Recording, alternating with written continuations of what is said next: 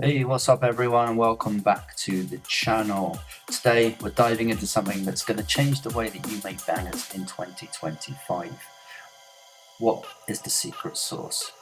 Well, I'm going to tell you. We're going to talk about how to organize yourself in order to be prepared to make the best music you possibly can. So let's dive right into it. Okay, so first thing is first. Why does organization even matter? Well, I know you guys have all probably been here before where you've got a cool little vibe going, you've got a few sounds together that sound really good, and you're ready to start progressing this idea into a full-blown tune. But you need more material to fill it out. So you start frantically looking for new sounds, trying to fill it up with new ideas, but you can't remember where the hell you saw that bass drop the other day, or where that drum break was. What the hell did you do with it? Or you're looking at your project folder and you haven't labeled any of your tracks. You don't know what track is what sound is coming from where.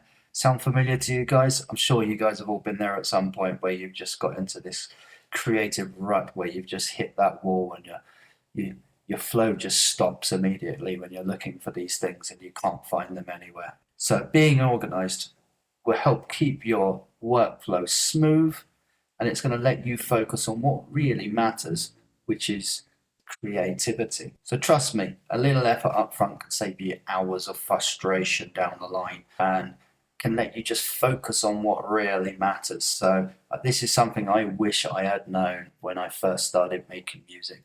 I have probably like 5 or 6 external hard drives of about a terabyte or 2 terabytes, which are filled with samples and materials that I've collected over like my 20 odd years of producing. And back in those days, when I was young and crazy, I didn't really organize any of my stuff. So I've still got these drives, and miraculously, they actually still work, all of them, which are filled with stuff, but I have no idea where or what half of it is. It's an absolute nightmare. So what I'm going to show you today is something that I started doing over the last few years, and it's changed the way that I create music and create sounds, etc. So I really can't stress how important what I'm going to show you today is. Once you do it and you make the effort, you take a little bit of time to do this, you'll thank yourself down the line. I promise you. So let's get right into this. So what I'm going to show you today can be done in various ways. Okay, I'm going to show you one way, but feel free to use the ideas which work best for you.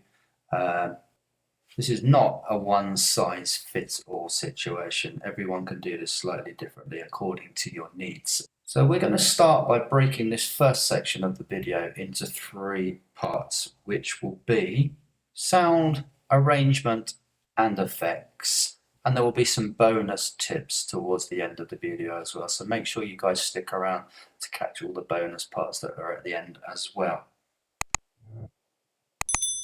So our first section here is all about your sounds, how to store them, what is a correct or a good way of organizing your sounds to make your life a lot easier and less confusing. Let's start with your digital files and how to store them. So make sure you have at least 2 forms of backup. I would recommend 3.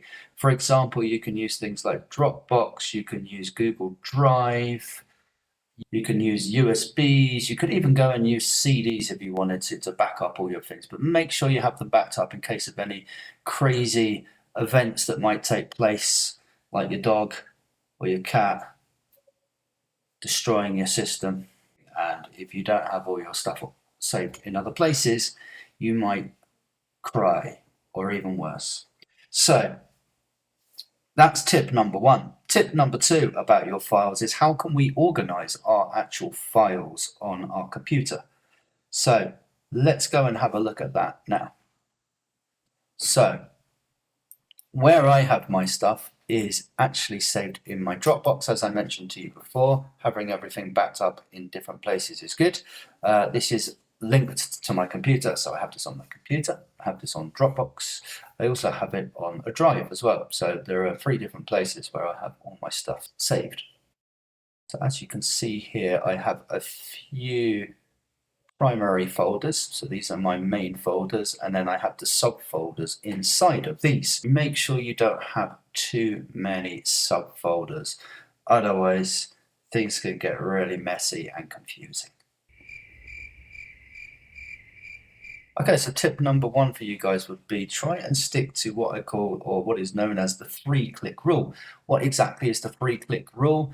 This rule means that you should be able to get to any source material that you need with a maximum of like 3 clicks of your mouse.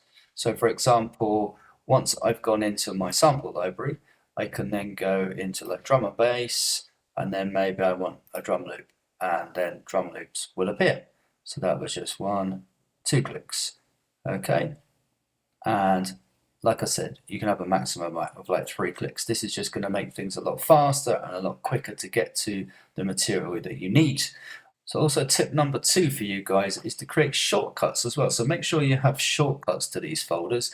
For a Mac user, over on the left here where I have my Dropbox, you see it says favorites up the top. I can just drag any folder that I want here, and then it's going to let me put it into this section here basically. So as you can see, I've already got my shortcut here. It takes me straight to my sample library. Go into this mode. I can then go into drum and bass, and then I can go to like effects, and that was 2 clicks, and there we go. I'm already in effects. So nice and quick, right? Excellent stuff. So tip number 3 for you guys is I've firstly labeled my files as different genres of music. Then inside each genre, I then label and split everything into instrument types. So we've got bass, we've got drum breaks, drum loops, effects. I'm going to skip this one because I'm going to come to this in a second. Kicks, MIDI, these are MIDI files, music, percussion hits, percussion loops, snares. Same thing, I'll come to this folder in a minute, and then vocals. So these are all different sort of instrument types, so you can easily go to the type of sound that you're looking for. And then these folders that I just mentioned a second ago, let's go through them one by one. First of all, we've got best and favorite sounds. So this is a collection of sounds that I've used before, tried and tested. I know they sound good, so I put them all into my best favorite sounds folder. So it's nice and easy to find really good sounds, because a really important tip that many people overlook is the quality of the sounds that you use when producing. Don't just go for any sound just because it sounds correct in what you're doing. If it's really bad quality, try and find something that is of good quality. As the saying goes, you can't polish a turd.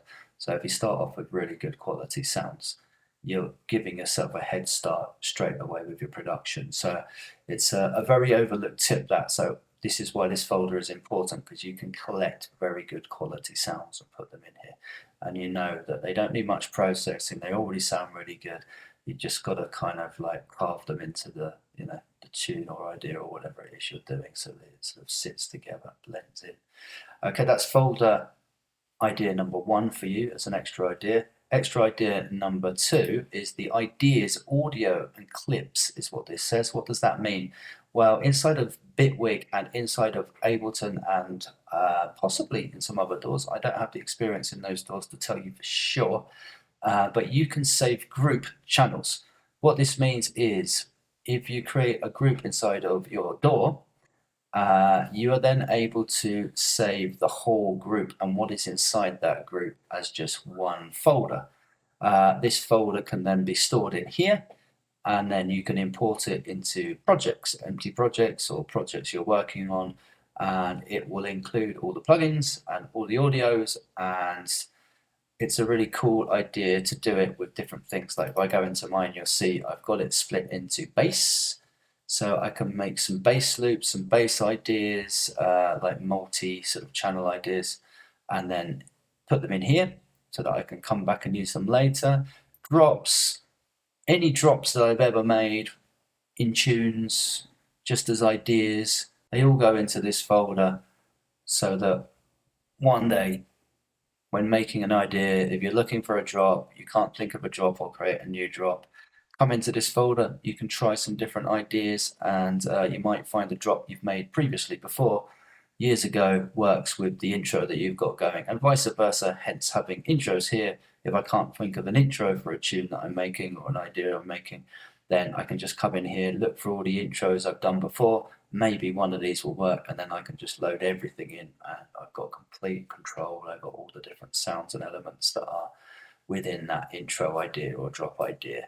Same sort of ideas go for breaks. I can take drum loops that I've made before from old tunes or that I've just worked on in sound design sessions where just making drum loops.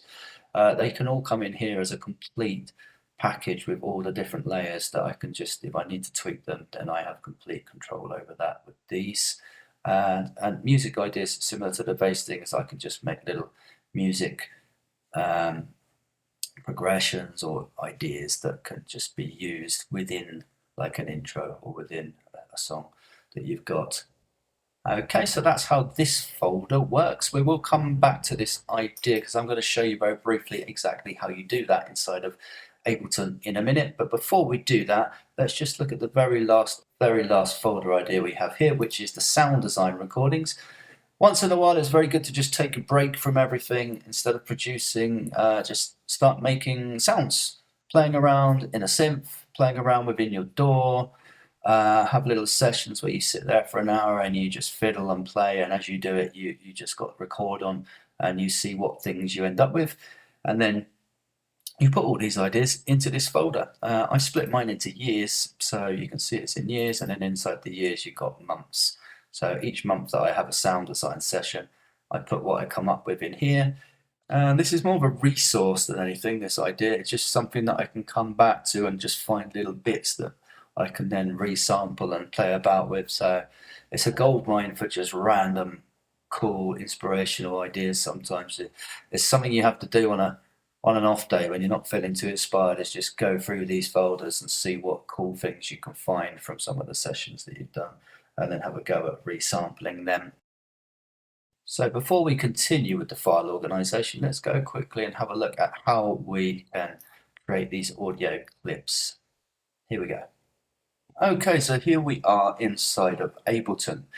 How do we save grouped clips or tracks? Well, I'm going to show you here. So first of all, I have a group here. Inside my group, I've got 1, 2, 3, 4 tracks. They're all coming through this group. So now this is one channel. What you can do is go to your places or your shortcuts if you have one, which you should do. And we're going to go through that in a bit, but hang on, bear with me. We're going to go to our shortcut for ideas and audio, which is what I've called my clip folder. I then have the different ones in here. As you can see, I've already added this in here. All you have to do is get your test here and then you just drag it over, okay? I'm not going to do that because it's already here. Once it's there, as you'll see, it will appear like this. You can then go into this, drag this onto the arrangement page here, will do, and drop. And there we go. You now have this test as a group. And inside here, you have all the different things that were included in that group before. So the 1, 2, 3, 4 channels. Also, you've got the effects. So everything that you have in this is now saved as one thing. I'd also recommend that you guys bounce these to audio, okay? So bounce these tracks to audio and then you'll be able to audition them a lot easier when it comes to auditioning. So there we go, guys. So now you can just drag these groups into your ideas. No more wasting hours of work that you did on a track that you never finished. You can now take bits from that track that you liked and put them into new ideas. That's the idea with this whole thing. So there we go, guys. Okay, so back to our folders here. So you can see I've got a few more things here. We've got effects racks, for example. Inside of Bitwig and Ableton, you can create effect racks. These are very useful. Save yourself time when making tunes. These are very useful. Sometimes you repetitively use certain effects or certain sequences of effects, and to avoid having to keep setting it up every single time, you can just save these as racks, and then I save them in here, for example, and then I've got lots of different types of effects. Like in a recent video, we looked at how to do transitions, and I was using the filters and the EQs and gates, etc., in order to create some interesting little sort of sweeps inside of your loops. And to avoid me having to keep doing that, I can just set this up inside of my thing here. Then I can just load it in every time I want to do transitions, and it saves me a lot of time. So that's another cool little folder to have. You might notice here I also have presets. So inside of presets, they're once again split into genres, and then inside each genre, you could start saving. For example, if I go to drum and bass, you can see I've got mine split into 3 more folders here. So, and then you've got classic sounds. So you don't want to be spending hours looking through your presets trying to find a classic Reese, etc.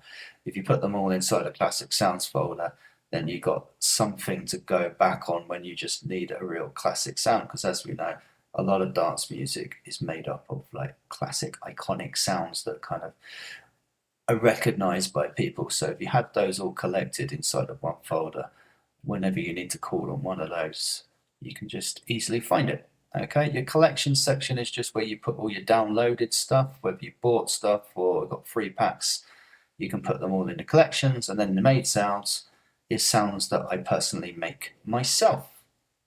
Okay, one last little thing before we leave this folder section here. You might notice the Patreon. For you guys who are not aware, I do have a Patreon channel set up now as well, which has various things for you guys. You can join it for free and get access to the presets, videos, get access to the presets from the videos. If you pay a little bit extra, if you pay a little bit every month, then you get free samples every month and free presets, all exclusive, all made by me. Nobody else will have them apart from you people who are on the channel. Also, on the higher levels, there are like activities set for you guys. So I give you monthly like challenges, audio challenges, plus all the benefits that you get in the lower tiers as well. Plus you get a bonus little sample pack every month as well on top of that. So go and head over, have a look, guys, if you're interested. The link is in the bio here. So now let's go over to part 2 of the video, which is arrangement. So to do this, we're going to have to go inside the door. Let's go. So the first thing to look at, tip number 1 inside the door, is to create shortcuts inside of your door. So on the left here, you have this whole drop-down menu in which you can access your plugins, etc. As you guys probably already know, you can go to your effects, your instruments, etc. over here. But first, let's look at the collections up here. So we can use this built-in system within Ableton. Using the colors here, what we can do is create our own folders. And we have instant access by clicking on these to the things that we have in them. I've just created an example here. So I've got favorite effects. These would be effects that you regularly use and call upon in different situations.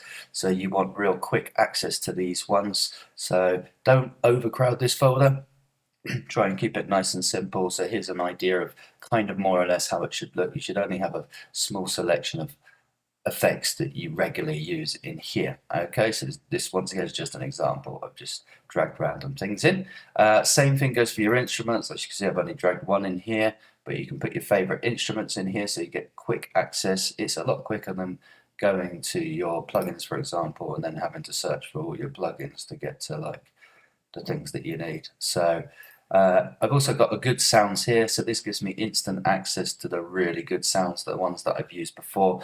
This is like connected. All we do is use the colors on the audios. So you'd right click and then you'd put the yellow good sounds one here on all the audios that are really good and you like.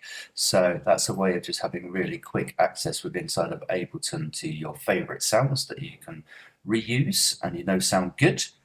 Okay, so the next thing, after you've organized this section here and now you've got quick access to your plugins and sounds, etc., you can also create some places down here. So some very common places that you might go to. So that means when we say places, we're talking about a folder that you might use. So we already looked very briefly at this one with the group tracks inside of it. So I've got instant access to this, so I can then just go through all these and find them nice and easily. We've also got my samples. So my sample library, I've got access to the drum and bass genre here.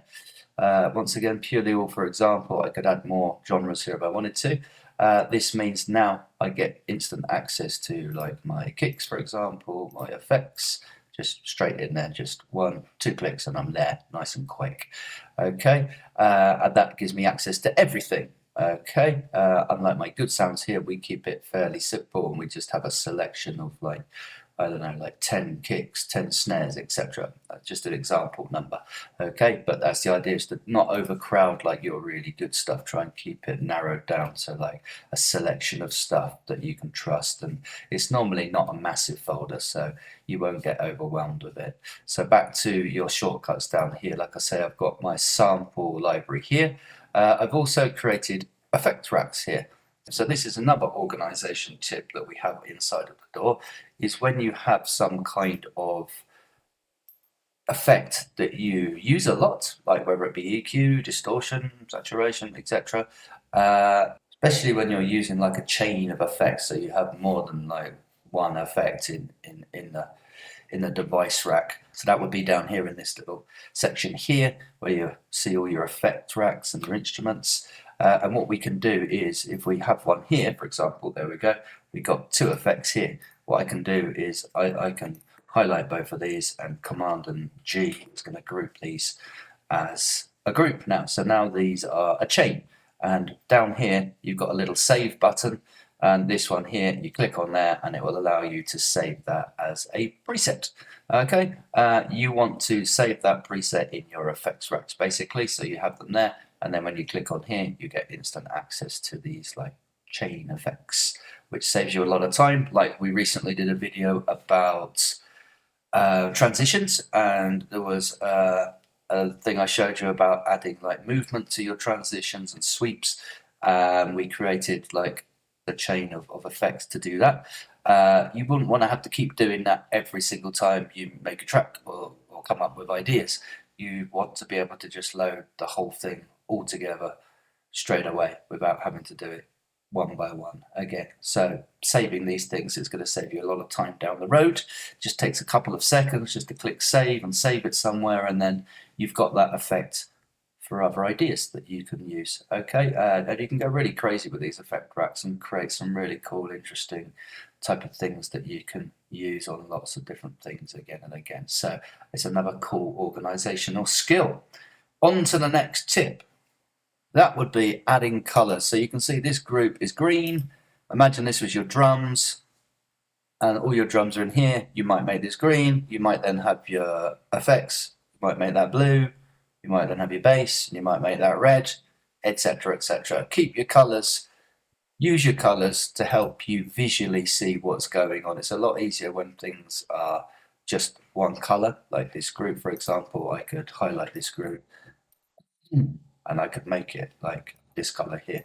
And now I know that this test is that color. Okay, so nice and easy to see, nice and easy visually. Okay, you could also do the same with the tracks here, but we just make them the same color. Okay, try and do this early on as well. Otherwise, if you've got a whole track stretched out, you can see that it might be a little bit more fiddly. So that's another little tip for you guys. Keep your tracks and your groups color coded in order to help you. So the next tip I have for you guys is up here in Live. If we go to File, you'll see that there is a Save Live Set as Template or Save Live Set as Default Set. You could use the default one, which means every time you open Ableton, that will be what opens up in front of you. Or you can save different templates. And these are going to be ones that you can import when you want them. What are templates? Templates basically are a set of effects or ideas, channels, organization, etc., that will open up immediately when you load that template. So if you load that template, you might have all your send channels set up with all different effects that you have personally created. You might have all your channels and groups already created here, like your drums, your bass, etc., to save you doing them every time that you open up Ableton. So if you have it already created in a template, then it's already there for you. You don't need to create your groups again. You don't need to create your sends again. It saves you a lot of time. So templates is another good idea for you guys.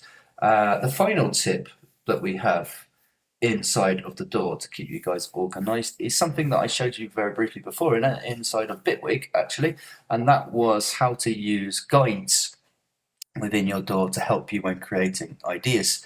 So sometimes we don't know how to sequence things out or where we want to go with our idea. So we can use, first of all, reference tracks. Use a reference track, drag it into your track, and then what we can do is the same kind of ideas that I showed you before, which is to come over here and then insert a locator. So add locator. We can then label this, for example, intro. Okay, so now we have an intro, and then over here we could like add another one. Say, I'm not just giving you an example, it's probably not where you would do them, and you would say like a drop, for example. Okay, so you can use these as a guide to help you stretch out your own ideas, following a similar structure to a fully released track. So using reference tracks is always a good thing for many ideas. You can learn so much off them by trying to copy things that they do, following things that they've done, etc. So using this technique just visually lets you see where they are doing different things, where things change, etc. And remember, the other way that we can do this is just to create like a MIDI channel down here. We move it up the top. We'll call it, for example, guide. So we'll rename it and call it guide. There we go. And then we can start creating some MIDI tracks in here, which we can then stretch out over the length of the section we want. Do another one here. Also, remember color coding. I would do it for each section. So there we go. This one could be that color. You can also go into these and rename them as well. So rename and call this intro, so you can see it as well. Same thing here. You can call that drop. Voila, there you have another visual type of guide. You could use both at the same time if you wanted to, or you can use whichever one you prefer to use. The cool thing with the one up here, what you can do is you can also go to edit text info, and this is going to bring up like a little thing down here. Inside of here, you can start typing notes. Okay, and then you can, make notes of things you want to change or add into these sections, and you can write it all here. So you won't forget later when you just click on here, for example, it's going to then show up every time. So you can go, I go up here, nothing's there, it just says locator, but I've added one here and it says hello. So there we go, guys, that's another tip for you. And that is the last tip with inside of the door. Now let's go and look at the bonus tips.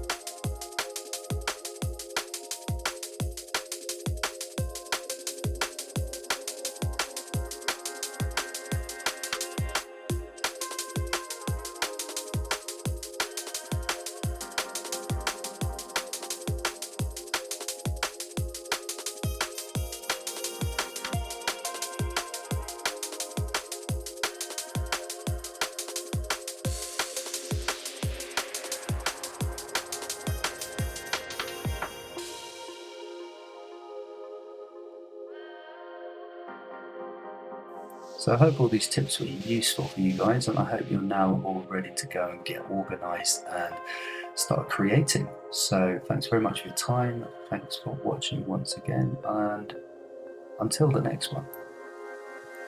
Peace.